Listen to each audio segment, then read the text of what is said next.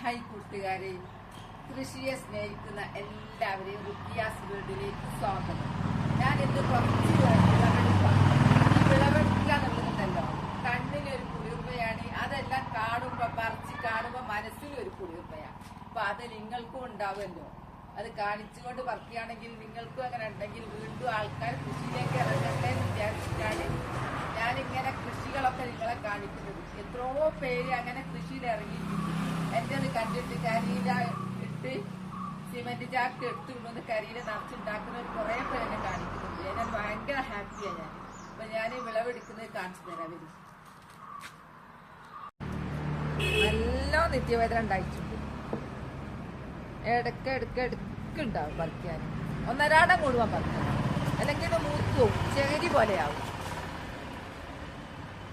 എത്രയാ ഉണ്ടായത്?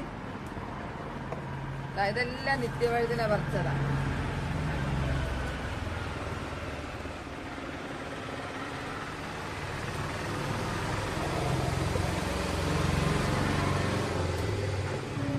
എല്ലാരും ഓരോ നിത്യവഴുതനന്റെ തയ്യൊക്കെ പിടിപ്പിക്കുന്നത് നല്ലതാട്ടോ.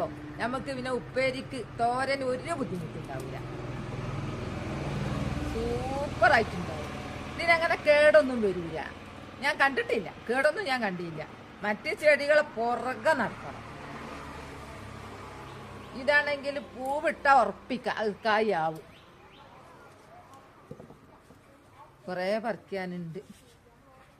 ഇതിന് പ്രധാനമായും സൂര്യപ്രകാശം വേണം, നനവും നന്നായിട്ട് നനക്കണം. പിന്നെ നമുക്ക് എന്തെങ്കിലുമൊക്കെ വെള്ളം ഉണ്ടാവുമല്ലോ. തീരെ വെള്ളം കുറവുള്ള പോലാണെങ്കിൽ പാത്രം കഴുകിയ വെള്ളവും തുടച്ച വെള്ളമൊക്കെ ഉണ്ടാവുമല്ലോ, അതിനെ വരട്ട് കൊണ്ടുപോയി ഒഴിച്ചു കൊടുത്താൽ മതി.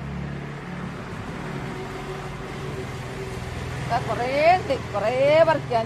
ഹായ് കൂട്ടുകാരെ, കണ്ടില്ലേ എന്റെ കോളിഫ്ലവർ? ഇതിപ്പോ 6ാമത്തതാ എന്റെ കോളിഫ്ലവർ. അത് പറിക്കാൻ പോകും. ഇതിങ്ങനെ ഊരിങ്ങനെ എന്താ സൂപ്പർ. വെള്ളച്ചീര ഇങ്ങനെ പച്ചച്ചീര ഒക്കെ പറയൂ ഇതിന്. ഇത് ഇങ്ങനെ ഇടയ്ക്കിടക്ക് പൊട്ടിച്ചു കൊടുക്കണം. പൊട്ടിച്ചു കൊടുത്തില്ലെങ്കിൽ ഇതിന്റെ ശാഖകൾ ഉണ്ടാവൂല. അങ്ങനെ പൊട്ടി മുളച്ച് വരണല്ലോ ഇലകൾ ഇങ്ങനെ. ഇതിന് നനവ് നിർബന്ധട്ടോ. നനവ് സൂര്യപ്രകാശം ഉണ്ടെങ്കിൽ ഇത് സൂപ്പറായി. നല്ല ടേസ്റ്റ് അതിന്റെ തോരൻ. നമ്മൾ ഓരോന്ന് പിടിപ്പിക്കുന്നത് കൊണ്ടേ നമുക്കങ്ങനെ കടയിലേക്ക് ഓടിപ്പോയി ഒന്നും വേണ്ട. എന്തെങ്കിലുമൊക്കെ ഉണ്ടാക്കാൻ ഉഷാറായിട്ടുണ്ടായി.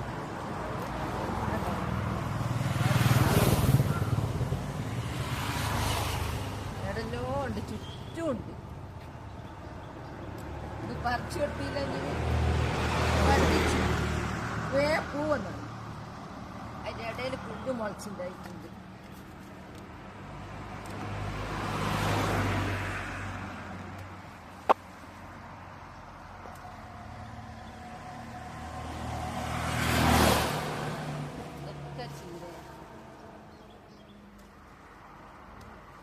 ഇനി അവിടെ ഉണ്ട്, അവിടുത്തെ വരട്ടെ.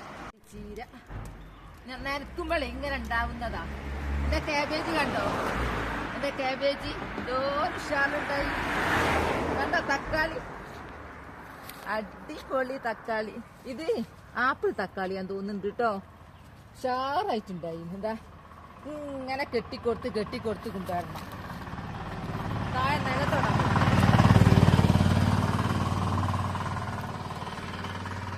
തക്കാളിയാ ഞാൻ ഇങ്ങനെ നനച്ചു കൊടുക്കുന്നത്, ജൈവ സ്ലറി കൊടുക്കുന്നത് കൊണ്ടൊക്കെ എന്തൊരു ഉഷാറ ഉണ്ടായത്.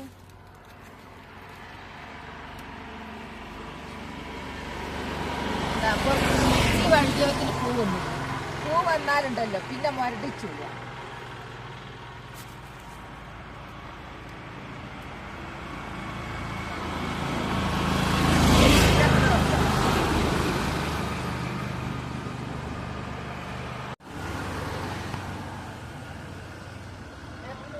ഞാൻ വിളവെടുക്കുകയാണെങ്കിലും വെണ്ട പറിക്കുന്നത്. കാരണം വെണ്ട അത്രക്കുണ്ട്. അടിയിലാണ് മരവെണ്ടയാണ്, നല്ല വെണ്ടയാണ്. ഒക്കെ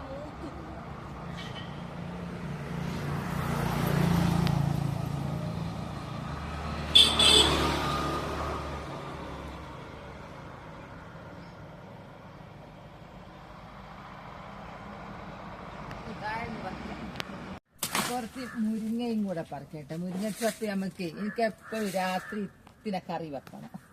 ചപ്പാത്തിക്ക് ഫസ്റ്റ് അത് മല്ലി തേങ്ങയൊക്കെ അരച്ചിട്ട് നമ്മളടുത്തുണ്ടെങ്കിൽ നമുക്ക് അതിന് മാത്രമല്ല പറിച്ചാൽ മതിയല്ലോ. പിന്നെ വേറെ ആർക്കെങ്കിലും വേണമെങ്കിൽ ഞാൻ പറിച്ചു കൊടുക്കും. ഞങ്ങൾക്ക് ഇത്ര മതി. അതിന്റെ തളിരാ വേണ്ടത്. പറിക്കും തോറും ചുറ്റും ഉണ്ടാവും. നമുക്ക് ഇന്ന് ഇത്ര മതി.